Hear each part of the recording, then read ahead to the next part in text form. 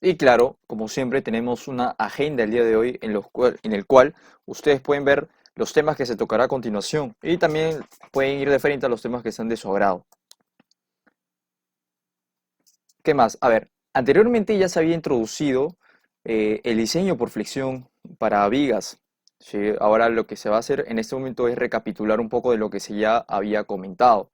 Entonces tenemos nuestra viga típica de dimensiones también típicas con aceros típicos. Primero tenemos que hablar de la compatibilidad de formaciones. Ya habíamos definido anteriormente que no íbamos a usar el peralte total, sino una sección menor. Para nosotros era el peralte efectivo. Y también ya habíamos definido una zona C, una zona de compresiones, que estaba arriba del eje neutro y pues abajo teníamos lo que era la tracción. Había también que recordar que estamos diseñando en el estado de rotura. En ese estado, el concreto llega a su deformación máxima de 0.003 y el acero pasa a la fluencia, es decir, pasa al valor de 0.0021. Para nosotros, en ese estado, el concreto ya está fluyendo. ¿Sí? ¿Qué más? Las leyes constitutivas del material. A nivel de esfuerzos, teníamos en la zona de compresión un bloque curvo, pero para nosotros no íbamos a utilizar eso porque era demasiado complejo. ¿Sí? Varios investigadores a través del tiempo han tratado de modelar o inducir una carga que se asemeje a lo real. Para nosotros esta altura va a ser igual a la resistencia total del concreto y va a estar ubicado obviamente en la zona de compresión. Por tanto, también el acero vamos a utilizar un esfuerzo resultante proporcionado por esas varillas longitudinales, que más o menos un modelo tridimensional se vería de esta manera. ¿Sí? Hay que recordar que es un bloque de esfuerzos. Ahora, nosotros no íbamos a utilizar ese bloque, íbamos a utilizar uno más simple para nuestro cálculo, un bloque rectangular.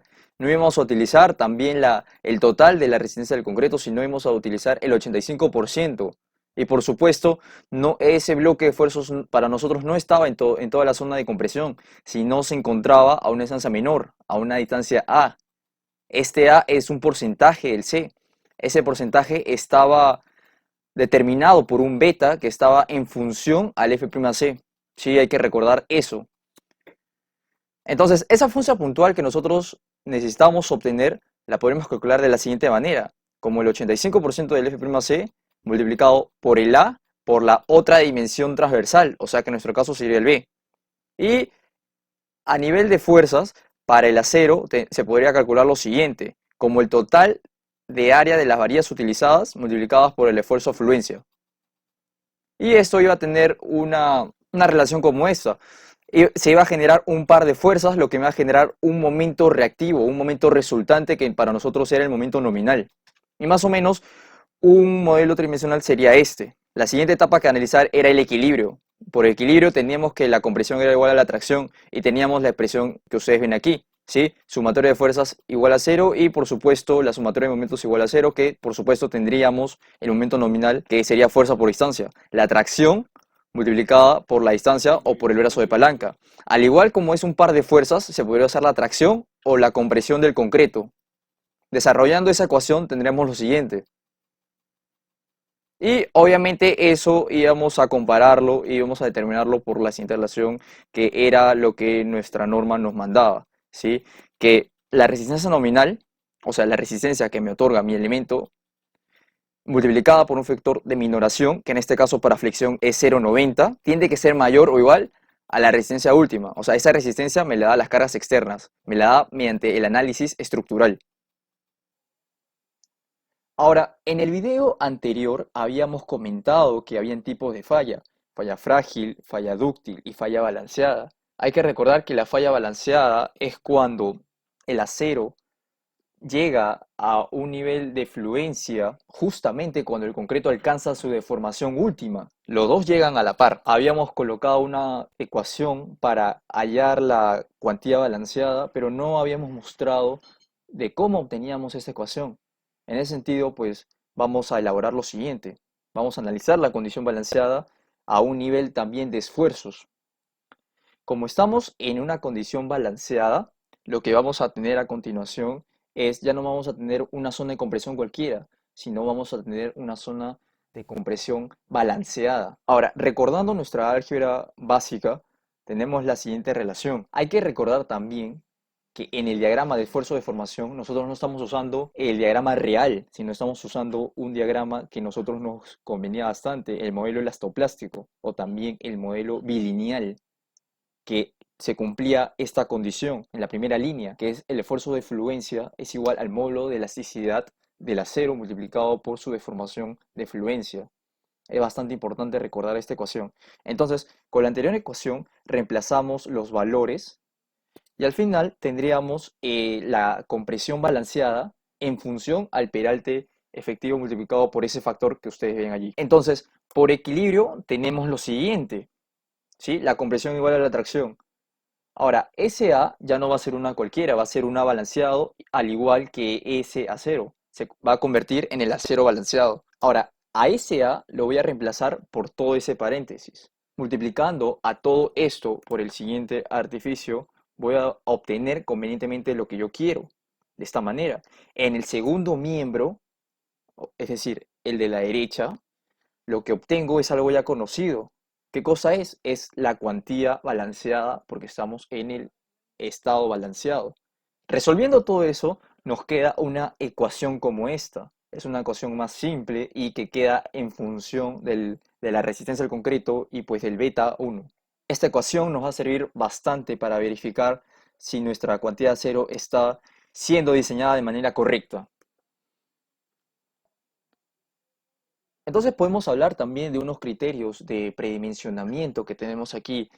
Tenemos claramente nuestra sección típica de una viga con una longitud ahora que nosotros vamos a denominar una longitud libre o una luz libre. ¿Cuáles son estos criterios? Pues como primer criterio tenemos cómo vamos a hallar nuestro peralte. Lo podemos hacer en función a esa luz libre. Esa luz libre va a ser medida a las caras de la columna. El primer criterio que me dice, si yo tengo una luz libre de 6 metros, entonces puedo utilizar un peralte de más o menos 60 centímetros. El segundo criterio me está hablando sobre el B, la otra dimensión. Me indica que puede variar entre un 30 y un 50% de la longitud del peralte. Si mi anterior peralte me salió de 60 centímetros, entonces puede ser de que yo escoja un ancho de 30 centímetros.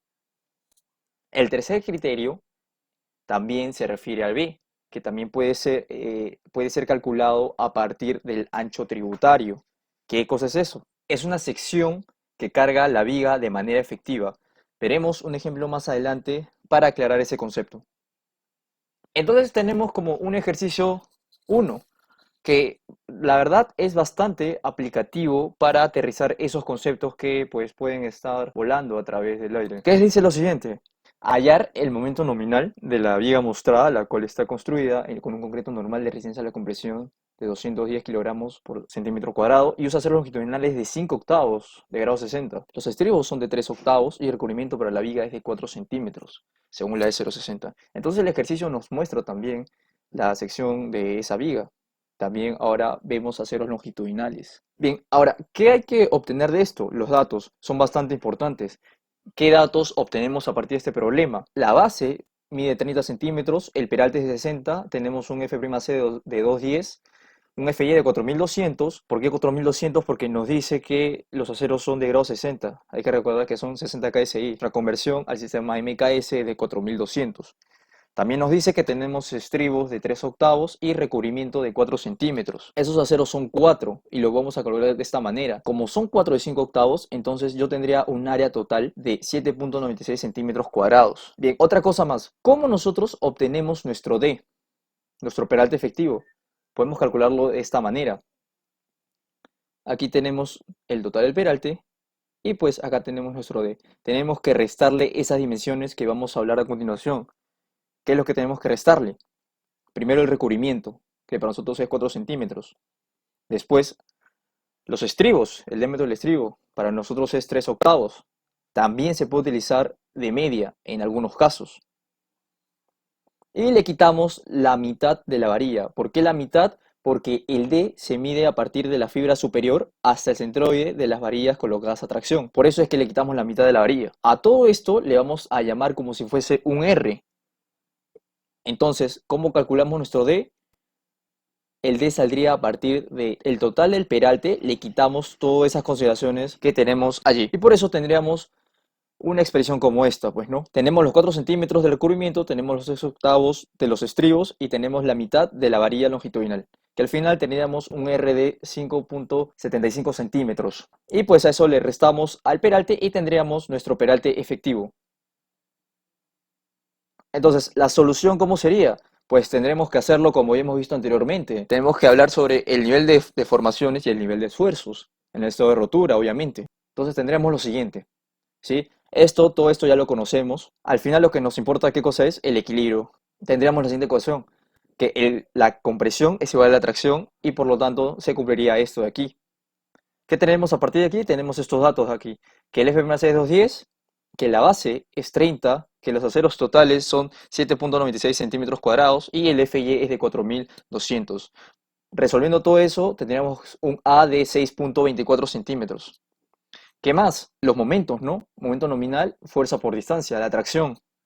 La tracción ya habíamos hablado que se puede calcular de esta manera, el área total de acero por el esfuerzo a afluencia. El D ya lo habíamos sacado indirectamente, para nosotros es 54,25 y pues el A anteriormente calculado es 6,24. Calculando todo eso tendremos un momento nominal de 17,09 toneladas por metro. ¿Qué significa que mi momento nominal sea de 17,09?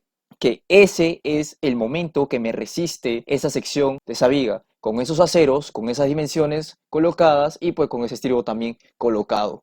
¿Sí?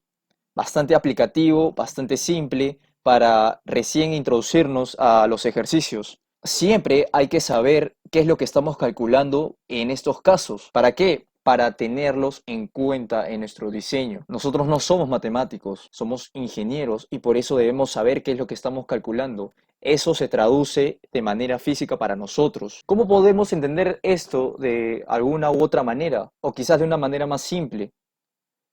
¿Qué pasa si yo aumento el acero? Por relaciones aritméticas, si yo aumento el acero, pues ¿qué aumenta? Aumenta mi momento nominal, es decir, se hace más resistente al momento, ¿sí? ¿Qué pasa si yo aumento las dimensiones de la viga? Por ejemplo, si yo aumento el peralte, o sea, la altura, mi D se hace más grande y por lo tanto mi momento nominal también aumenta. Hay que tener en cuenta esas consideraciones. Ahora, con respecto al anterior, también podemos tener algunas dudas. ¿Cuáles son esas? A ver, ¿cómo sé cuándo usar una o dos capas para mi diseño? A ver, aquí nuestro amigo Tiburón nos va a orientar un poco, más o menos de lo que debería tratarse. ¿Qué me dice? Cuando las varillas no me alcanzan en un ancho determinado. Pero claro, lo que hemos visto anteriormente solamente estamos utilizando aceros en una capa, es decir, solo en una fila. Pero también hay diseños que se pueden utilizar en dos capas. ¿Cómo es eso? O sea, en dos filas. Otra pregunta que también se nos ocurre sería, ¿y cómo sé cuando no me alcanzan las varillas en un ancho B? Nuestro amigo Tiburón nos orienta. A ver, por ejemplo, tengo cuatro varillas de 1 pulgada y quiero saber si entra en una viga de 30 por 60. ¿Qué tenemos que tener en cuenta? Bien, más o menos el dibujo sería este. Se presenta con un color azul el estribo y pues las varillas longitudinales de color verde. Para nuestra norma, esas varillas deberían estar espaciadas con una dimensión mayor a 1 pulgada o 2,54 centímetros. Entonces, ¿nosotros cómo nos aseguramos de que ese espaciamiento sea efectivamente mayor a 1 pulgada? ¿Cómo podemos hacerlo? Podemos plantear esta ecuación. ¿Qué es esto? A ver, a todo el ancho B le voy a quitar 2 veces el recubrimiento. ¿Por qué 2 veces? Porque le estoy gritando el recubrimiento tanto por derecha como por izquierda. ¿Qué más? Menos 2 veces el estribo, derecha por izquierda. Y también, pues le voy a quitar todo el diámetro de esos aceros colocados. Entonces, ¿cómo sería? Al número de varillas que se haya colocado en tracción, lo voy a multiplicar también por su diámetro. Entonces, todo eso, con todo ese paréntesis, ya voy a tener todo en función a las varillas, a los estribos y al recubrimiento. Solamente me faltaría dividir entre el número de espacios para obtener ese pequeño espaciamiento de allí. Entonces, para nosotros le colocamos estos valores. El B es 30 centímetros, El recubrimiento para nosotros es 4. Estamos utilizando estribos de 3 octavos. Y el número, como son 4 varillas de 1 pulgada, pues serían 4 por 2,54. Entonces nos queda un espacio. Entonces nos queda 3 espacios y pues eso es lo que le estamos dividiendo. Finalmente nosotros tenemos un espaciamiento de 3,31 centímetros. Y pues estamos pasando sobre ASO la limitante de 1 pulgada. Entonces estaría bien si yo colocara 4 aceros de 1 pulgada en un ancho de 30 centímetros. Pero ¿qué pasa si a mí me dan 6 varillas de 1 pulgada? En ese caso yo no podría colocar en una capa solamente esas 6 varillas, tendría que hacerlo en dos. Ahí nos explota la cabeza y ya podemos decir que sabemos un poco más sobre esto, ¿no? Entonces, en resumen, pues podríamos decirlo esto de manera más didáctica. Para yo obtener mi peralte efectivo, a todo el peralte total le tengo que restar esto, el recubrimiento, el diámetro del estribo que estoy utilizando y la mitad de la varilla. No es varilla de media pulgada, es la mitad de la varilla que estoy utilizando. Eso es en una capa. En dos capas, ¿cómo sería? La separación entre capa y capa también tiene que ser 1 pulgada. Por lo tanto, tendría lo siguiente. También le resto recubrimiento, también le resto el diámetro del estribo, le resto la varilla total que está colocada en la primera capa y le resto la mitad de 1 pulgada. ¿Sí? ¿Por qué la mitad de 1 pulgada? Pues porque la separación entre capa y capa es 1 pulgada. ¿Sí? Que recordar que cuando estamos utilizando dos capas, el peralte efectivo se mide desde la fibra superior hasta la mitad de esas dos capas. Ahora se nos viene un poco de más problemas si tenemos el ejercicio 2, ¿no? Se nos complica la vida. A ver, ¿qué tenemos aquí? Diseñar la viga mostrada, la cual forma parte de un pórtico. Tiene un F'C de 280. El refuerzo es de 4200 distribuido en dos capas, ¿sí? Ojo con eso. Estribos de 3 octavos, recubrimiento de 4. Adicionalmente, se muestran las cargas a nivel de servicio obtenidas del metrado de cargas. Se usará el siguiente modelo matemático para su cálculo. Considerar CM, o sea, carga muerta, como 3,24 toneladas por metro y carga viva como 1,52 toneladas por metro. El ejercicio nos muestra la sección de la viga y pues el modelo matemático con las cargas que ya anteriormente mencioné. Como primer paso, obviamente tenemos que poner los datos, qué datos nos está brindando el problema, que son los que nos muestran lo siguiente. ¿Qué más? El recubrimiento de 4 centímetros. Estamos usando dos capas para tenerlo en cuenta, entonces más o menos tendríamos que hacer lo siguiente. Como ya se había comentado, para obtener el peralte efectivo tenemos que restarle el recubrimiento, los estribos, el total de la varilla de la primera capa y pues la mitad de 1 pulgada, que en nuestro caso es un R. Entonces tendremos esta ecuación. El estribo son 3 octavos, nuestra varilla, en este caso vamos a utilizar convenientemente 3 cuartos. Y al final pues tenemos un R de 8,13. Con eso podemos sacar nuestro peralte efectivo, que sería 46,87 centímetros. A ver, solución del problema. Primer paso, ¿no? Carga última. Tenemos que usar esta combinación de cargas que pues nos lo da la norma. Esta combinación de cargas, ¿cómo es? 1,4 de la carga muerta más 1,7 de la carga viva. Es netamente de gravedad. Se va a comentar un poco más adelante sobre eso también. Nuestra carga muerta para nosotros es 3,24 y la carga viva es 1,52. Con eso tenemos que nuestra carga última 7,12 toneladas por metro. ¿Qué más tenemos? Paso 2, el análisis estructural. Entonces se nos presenta nuestro modelo matemático con nuestra carga ya calculada. Calculamos el momento flector a través de eso y pues ya sabemos de antemano por la estática que pues tiene esa forma. Y el momento máximo se calcula de la siguiente manera. La carga última por la luz al cuadrado entre 8. Con eso tendría un momento positivo de 37,60. ¿Qué más tenemos? La obtención del acero. Tenemos que usar esta ecuación, ¿sí? ¿Por qué la utilizamos? Pues por los datos que nos dan. El phi por mn, ¿qué cosa es? Es el momento último. Entonces, resolviendo y poniendo esta ecuación con nuestros valores, tenemos la siguiente expresión, ¿sí? En el primer miembro, ¿qué es lo que tengo? Tengo el momento último multiplicado por 10 a la 5. ¿Por qué por 10 a la 5? Pues para hacer la conversión a kilogramos por centímetro. ¿Qué más tengo? En el segundo miembro, 0,90. ¿Qué es 0,90? Pues es el phi. Para nosotros para flexión es 0,90. Todo ese paréntesis es la compresión del concreto. Tenemos un F'C de 280, el A no lo conozco, el ancho es de 35 centímetros y pues tengo un peralte de 46,87. Entonces, multiplicando todo eso y obteniendo el valor de A, como pueden darse cuenta, tenemos dos factores en el que pues está el A introducido. Entonces eso nos va a dar una ecuación cuadrática. ¿Qué quiere decir eso? Que vamos a tener dos raíces o dos valores, ¿sí? Nos quedamos con el que esté dentro del peralte. ¿Qué quiere decir eso? A ver, nuestro peralte ¿de cuánto era? Era de 55, ¿no?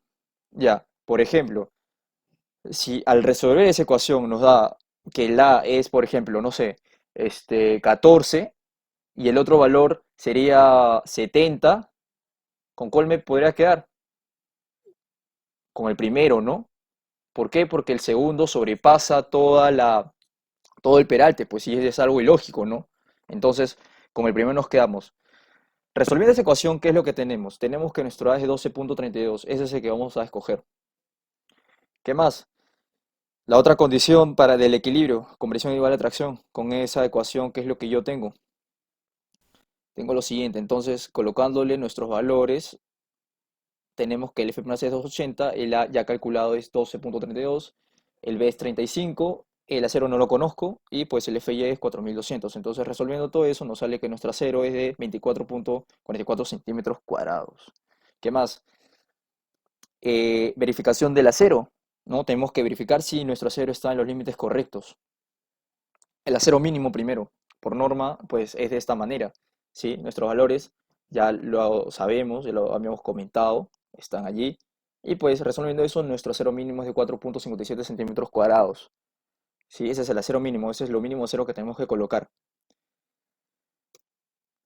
El acero máximo, hay que recordar que es 75% de la cuantía balanceada multiplicado por el B por D, o sea, las dimensiones de la viga. Con esos valores, en la cuantía balanceada, como ya habíamos visto anteriormente, pues lo podemos colocar de esta manera. El F' C es 280 y le corresponde un beta de 0,85. Hay que recordar que ese beta va a variar de acuerdo al F' C. Entonces ya tenemos estas dimensiones y pues al final tenemos que nuestro acero máximo es de 34,86 centímetros.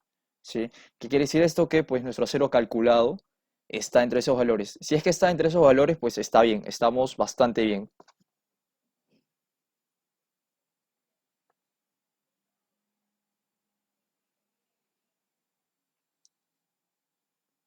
¿Qué más nos toca ver?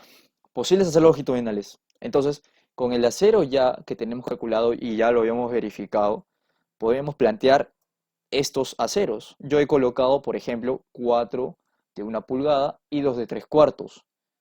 ¿Sí? Ya habíamos visto que en una sección de 30 por 60, por ejemplo, si yo le pongo 4 de 1 pulgada, pues ajusta bastante bien, pero en este caso tenemos 35 centímetros y nos sale más acero aún.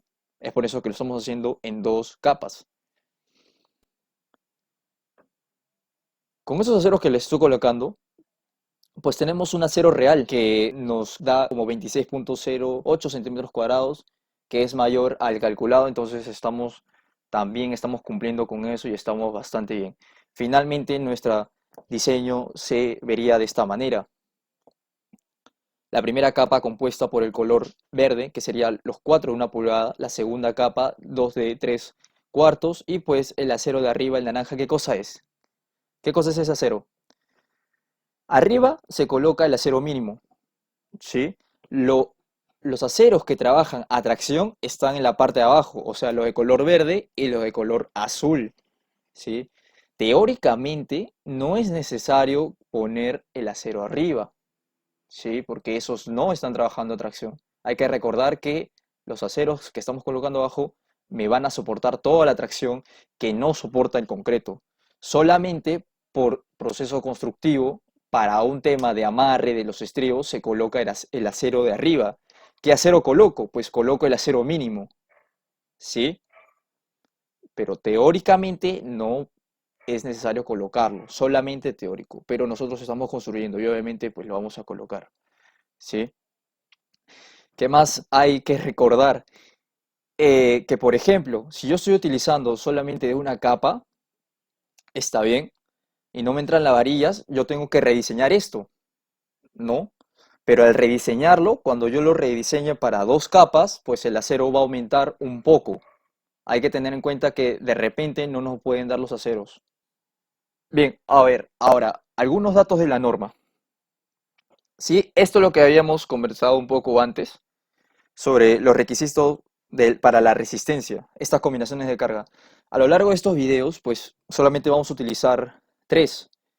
Vamos a utilizar el primero, el inciso 9.1, el 9.4 y el 9.5. ¿Sí? En realidad, esto formarían cinco combinaciones, ¿no? Porque el 9.4 y el 9.5 se dividen en dos, que es más la carga por sismo y menos la carga por sismo en ambos casos. Por lo tanto, tendría cinco combinaciones de carga. ¿Qué más nos importa? La sobrecarga de viviendas, ¿no? Sobrecarga de viviendas que nuestra norma nos lo da, que es 200 kilogramos por metro cuadrado. ¿Qué más? Que el concreto, por ejemplo, el concreto, cuando está sin acero, es de 2.3 toneladas por metro cúbico. Cuando le colocamos refuerzo, eso aumenta 0.1 toneladas más, es decir, 2.4 toneladas por metro cúbico. ¿Qué más? Las losas aligeradas. Nuestra norma nos lo dice que podemos definir un peso propio en función a su peralte, o sea, a la altura de la losa. Por ejemplo, si estamos usando una losa de 0.30, podemos calcular de manera directa como si tuviese un peso propio de 420 kilogramos fuerza por metro cuadrado. A ver, ¿qué más? El método de los coeficientes de la SEI. ¿Para qué nos sirve este método? Pues para hallar, digamos, de una manera más rápida los momentos frictores cuando tenemos vigas continuas, pero no podemos añadir todo esto a nuestro diseño. ¿Por qué? Porque tiene ciertas limitaciones. Estas limitaciones son las que se muestran a continuación y tenemos que tener en consideración todo esto para diseñar. ¿Qué podemos tener aquí? Por ejemplo, para momento positivo podemos calcular esos valores de allí, ¿sí? Como esos también de aquí. Para extremos interiores y para momentos en los extremos. Para momento negativo también tenemos estos valores de aquí, ¿sí? Hay que recordar también que estos momentos están a las caras de los apoyos, en este caso las columnas. Nosotros tenemos que diseñar con el momento a la cara y no con el momento al eje.